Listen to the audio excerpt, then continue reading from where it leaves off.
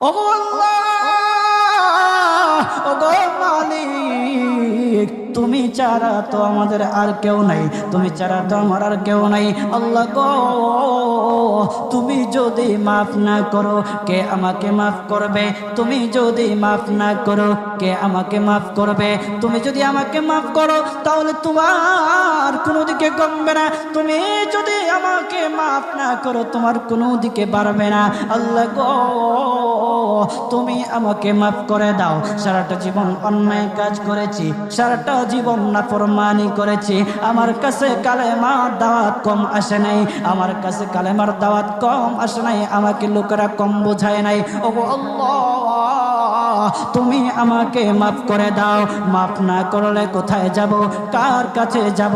বাবা যখন মারে তখন মার কাছে আশ্রয় নেওয়া যায়, মা যখন প্রহার করে তখন বাবার কাছে আশ্রয় নেওয়া যায়, বাবা মা যখন প্রহার করে তখন দুনিয়ার কারো না কারো কাছে আশ্রয় নেওয়া যায়। ওগো আল্লাহ, ওগো মালিক, তুমি যদি আমাকে মারো, তুমি যদি আমাকে আযাব দাও, ওগো আল্লাহ, কার কাছে যাব, কার কাছে গিয়া মাফ চাইবো? ওগো আল্লাহ, মেহেরবানি করে মাফ করে দাও। এইরকম কান্না করতেছে, কান্না করতেছে, চোখের পানি তার এমন ভাবে পড়তেছে, দাড়ি ভিজতেছে, দাড়ি ভিজে জমিনের মধ্যে চোখের পানি পড়তেছে, কান্না করতেছে। বান্দাটা কান্না করতে করতে করতে করতে আমার আল্লাহর কাছে এমন গ্রহণযোগ্যতা অর্জন করেছে, মহান আল্লাহ রাব্বুল আলামিন তার ডাকে সাড়া দিয়া তার জিন্দেগির সব গুনাহ মাফ করে দিয়েছে। হযরত মূসা আলাইহিস সালাতু ওয়াস সালামের যুগের ঘটনা। একজন বড় পাপিষ্ঠ ছিল, জীবনে এমন কোনো গুনাহ নাই যে গুনাহ সে করে নাই। তার গুনার প্রতি অতিষ্ঠ হইয়া, মানুষ তার গুনার প্রতি অতিষ্ঠ হইয়া গ্রামের লোকেরা তাকে হাত পা বেঁধে জঙ্গলের মধ্যে ফেলে দিয়ে আসে। জঙ্গলের মধ্যে থাকতে থাকে, কিছুদিন থাকার পর মালাকুল মউত যখন তার সামনে এসে উপস্থিত, এর আগ মুহূর্তে সে বান্দা আল্লাহর কাছে ডেকে ডেকে বলতেছে, ওগো মালিক, তুমি ছাড়া তো আমাদের আর কেউ নাই, তুমি ছাড়া তো আমার আর কেউ নাই। আল্লাহ গো, তুমি যদি মাফ না করো কে আমাকে মাফ করবে? তুমি যদি মাফ না করো কে আমাকে মাফ করবে? তুমি যদি আমাকে মাফ করো তাহলে তোমার কোনো দিকে কমবে না, তুমি যদি আমাকে মাফ না করো তোমার কোনো দিকে বাড়বে না। আল্লাহ গো, তুমি আমাকে মাফ করে দাও। সারাটা জীবন অন্যায় কাজ করেছি, সারাটা জীবন নাফরমানি করেছি, আমার কাছে কালেমার দাওয়াত কম আসে নাই, আমার কাছে কালেমার দাওয়াত কম আসে নাই, আমাকে লোকেরা কম বোঝায় নাই। ওগো আল্লাহ, তুমি আমাকে মাফ করে দাও। মাফ না করলে কোথায় যাব, কার কাছে যাব? বাবা যখন মারে তখন মার কাছে আশ্রয় নেওয়া যায়, মা যখন প্রহার করে তখন বাবার কাছে আশ্রয় নেওয়া যায়, বাবা মা যখন প্রহার করে তখন দুনিয়ার কারো না কারো কাছে আশ্রয় নেওয়া যায়। ওগো আল্লাহ,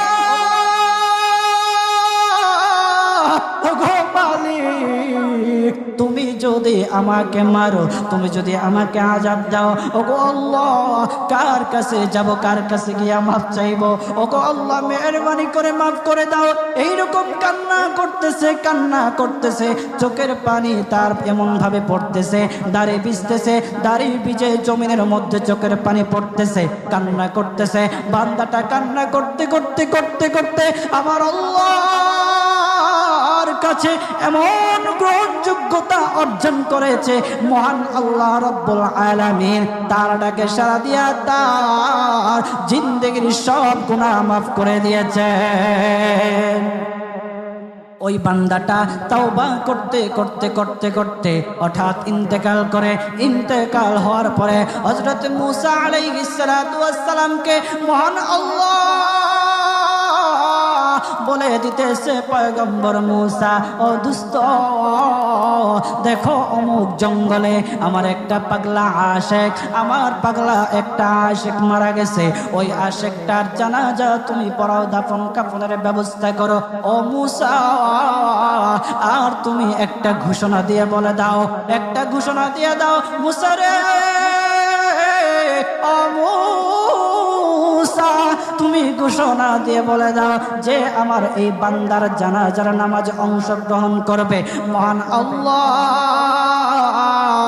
তার জীবনের সব গুনাহ মাফ করে দিবে। আল্লাহু আকবার।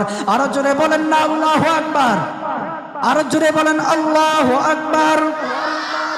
হাত উঠায়া বলেন আল্লাহু আকবার, আল্লাহু আকবার। মুসলমান বাবাজি গভীর মনোযোগ। হযরতে মূসা আলাইহিস সালাতু ওয়াস সালাম একটা পাহাড়ের উপরে উঠলেন। পাহাড়ের উপরে ওঠার পর তখন ডেকে ডেকে বলতেছে, ও উম্মতেরা রে, আমার উম্মতেরা শুনো, আল্লাহ রাব্বুল আলামিন একটা সুসংবাদ দিয়ে দিয়েছে। আমার আল্লাহ রাব্বুল আলামিনের একটা আশিক একটা ওই অমুক জঙ্গলের মধ্যে মারা গেছে, ওই পাগলা আশিকের জানাজার নামাজ অংশগ্রহণ করো। যদি জানাজার নামাজ পড়ো তখন আমার আল্লাহ তোমাদের জীবনের সব গুনাহগুলি মাফ করে দিবে। কেউ যদি নিজের গুনাহ ক্ষমা করাইতে চাও, কেউ যদি নিজের গুনাহগুলি ক্ষমা করাইতে চাও, তাহলে মহান আল্লাহ রাব্বুল আলামিনের ওই পাগলা আশিকের জানাজায় অংশগ্রহণ করো। তখন লোকেরা দলে দলে জানাজায় অংশগ্রহণ করার জন্য দলে দলে গেল, জানাজার নামাজ আদায় করলো। আদায় করার পর পয়গম্বর মূসা আলাইহিস সালাতু ওয়াস সালামকে বলতেছে, ওগো আল্লাহর পয়গম্বর,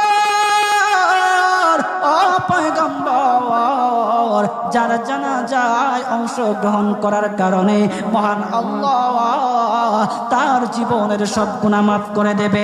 এমন মহা ব্যক্তি, তো এই মহান ব্যক্তিটাকে তো একটা নজরে দেখা দরকার, অবশ্যই দেখা দরকার। আমাদেরকে সেই ব্যক্তিটাকে দেখান।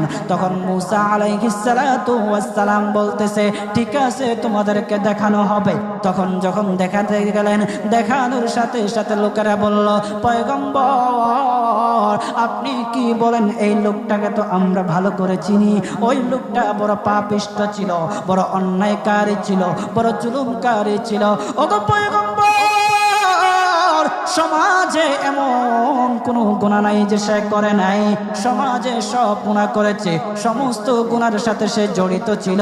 সে জড়িত ছিল তার গুনার কারণে, তার গুনার কারণে আমরা অতিষ্ঠ হইয়া তার হাত পা বেঁধে আমরা তাকে জঙ্গলের মধ্যে ফেলে দিয়ে আসি।